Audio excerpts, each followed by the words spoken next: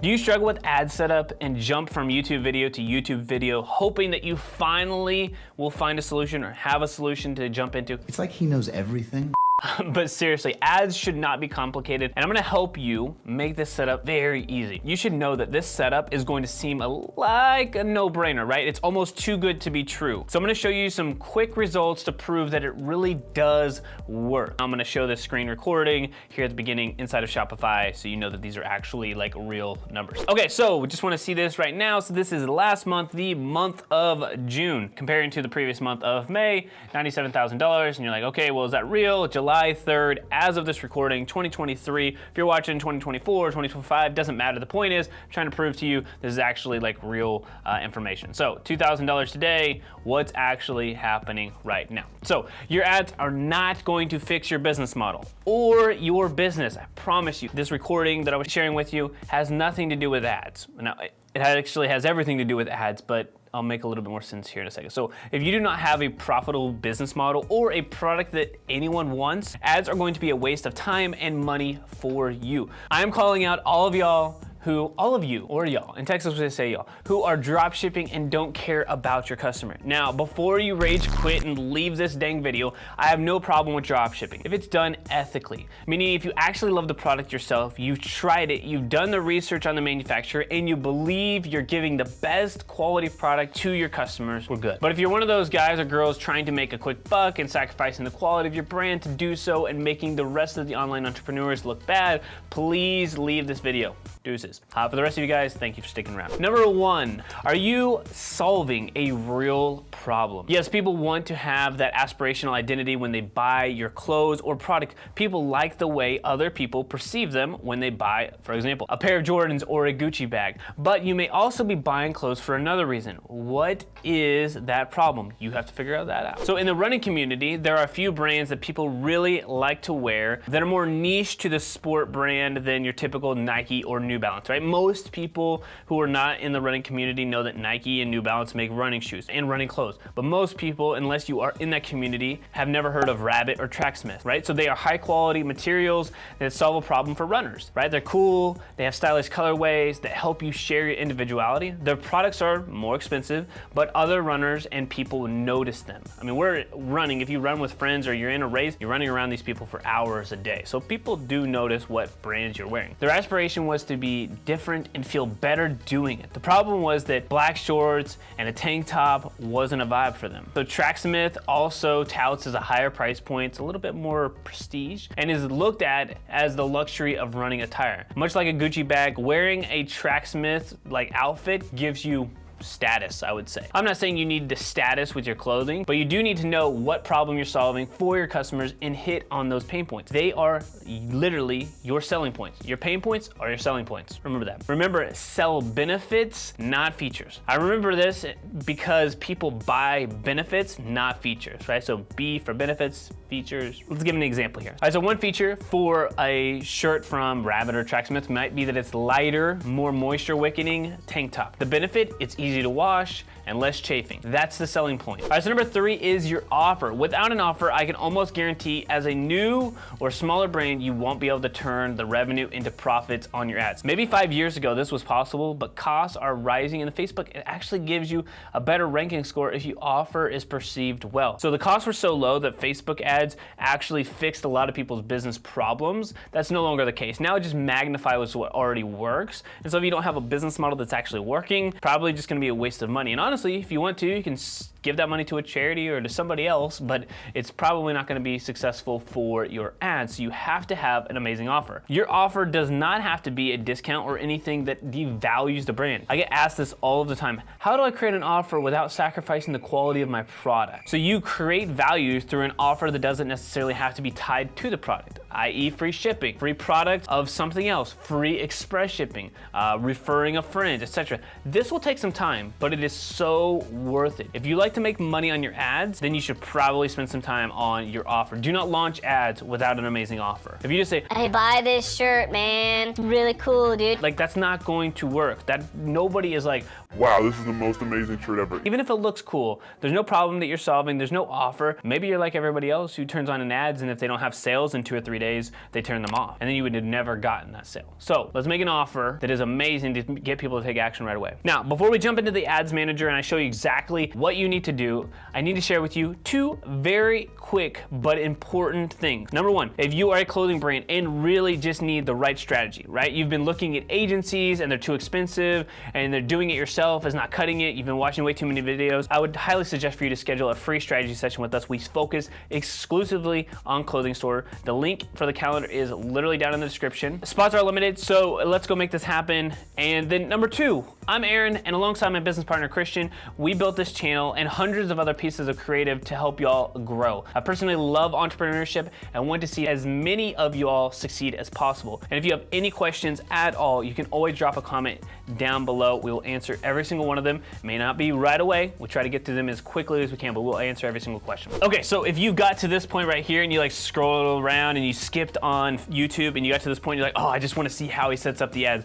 I promise you, this will not make any sense. You honestly should just skip away from the video. But if you want to make this work, skip back and actually watch what is going to make the ads effective. I did it in that order because you need the knowledge before you just go here and click buttons. Clicking buttons on Facebook, you'll see for this part of the video, is very short. It is not super complex, but if you don't know the other pieces of that, you will likely just spend money and waste it, right? This is not a get rich quick scheme, but it will make you money if you follow it effectively. I'm gonna go ahead and hit the create button. So I have several different campaigns that are set up. We are looking at a top of the funnel. This is new customers that we're going after. It's literally brand new customers, new eyeballs that we're trying to see. And so we call it top of the funnel, DCT, so dynamic creative testing that we have going on. The point for the dynamic creative testing is that we can test multiple pieces of creative at one time without having to do individual ads and then go into like learning limited or budget doesn't spend. So we can do it this way. So I'm gonna go ahead and build this from scratch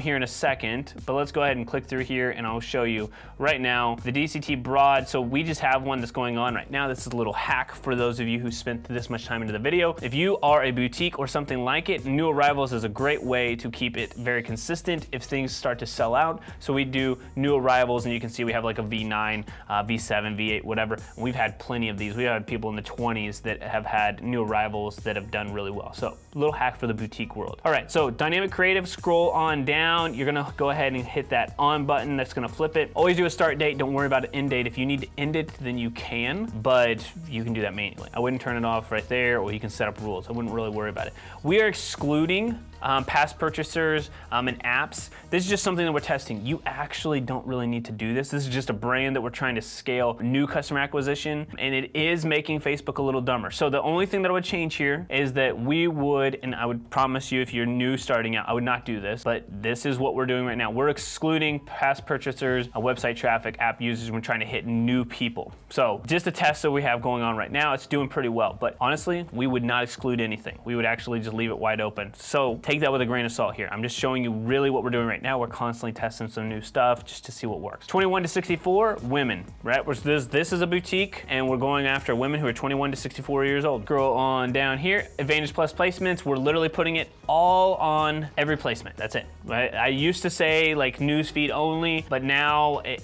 really does not matter. Facebook's gonna find, Instagram's gonna find the right place to put it. So I'm gonna trust them to make the right call. Attribution settings, 7 days click, or 7 days after clicking, 1 day view. That's what we have currently. We are testing a 1 day click option again if there's enough data. If you are getting a lot of purchases and looking for a new strategy to scale this thing to the moon, 1 day click may be an option for you. If you're new, if you're only spending $100, a couple $100 a day, keep it to 7 day click 1 day after viewing. Okay? If you're spending thousands or tens of thousands of dollars per day, then you could try a 1 day click. I think that's a good way to kind of look at this. So neither right nor wrong either way. Okay. Then I'm going to go over to the ad level, not to the review, to the ad level. Make sure that you have your Facebook page set up. Make sure Instagram is connected as well. We've done single images or videos. We're testing a lot of the same things.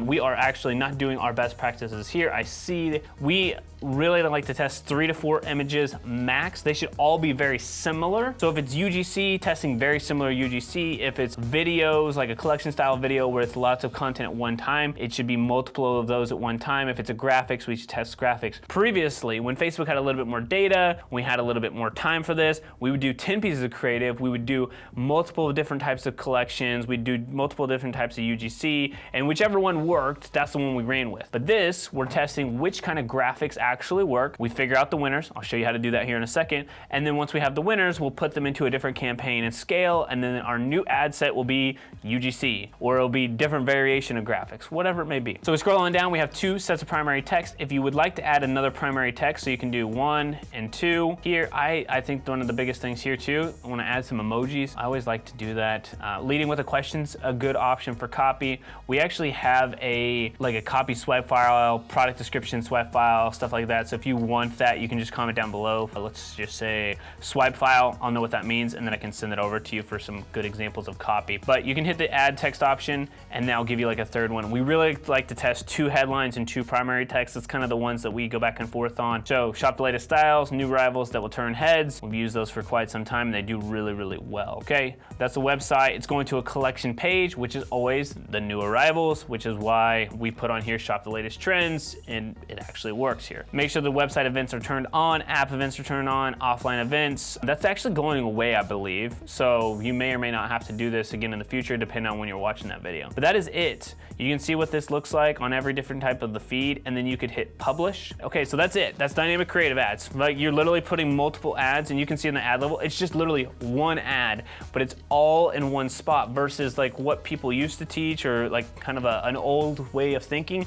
is to have multiple ads inside of one ad set, and then you hope that that's going to work. That's going to take a lot of data. It doesn't really test that quickly, and it assumes that you have a significant amount of budget, which would not necessarily say is a good thing. Well, it's good to have a great budget, but not a good thing to have to spend that to get the same results. Okay, so cost per 1,000 impressions, you can see here too. So last 7 days, $16. So broad with good dynamic creative, we're paying way less than what most people are. I'd suggest for you, if you've been running ads for a little bit, go see what your CPM is right now. My guess is it's probably higher than $16. Now, this is anecdotal, it's out of a 7-day period. Sometimes we get 14, sometimes 15, but 16, $17, pretty low, something to consider here. So how do you know if you have a winner? Well, for the most part, this is how you're gonna do it. You're gonna go down to the by dynamic creative element breakdown. I'm gonna break it down by image, and then I will see very quickly that right here we have 9 purchases for $34. I also have one that has 6 for $17. So this is likely a winner. This is likely a winner. Spent a decent amount of budget. Got a decent return here, a 5. So this is likely the winner right here that I can move over and put it into a different campaign. Then what I would do is go and create a new ad set for dynamic creative after I've continued to scale this one, and put that winner to its own Advantage Plus campaign. But that is dynamic creative ads. It is literally that simple. But if you like this video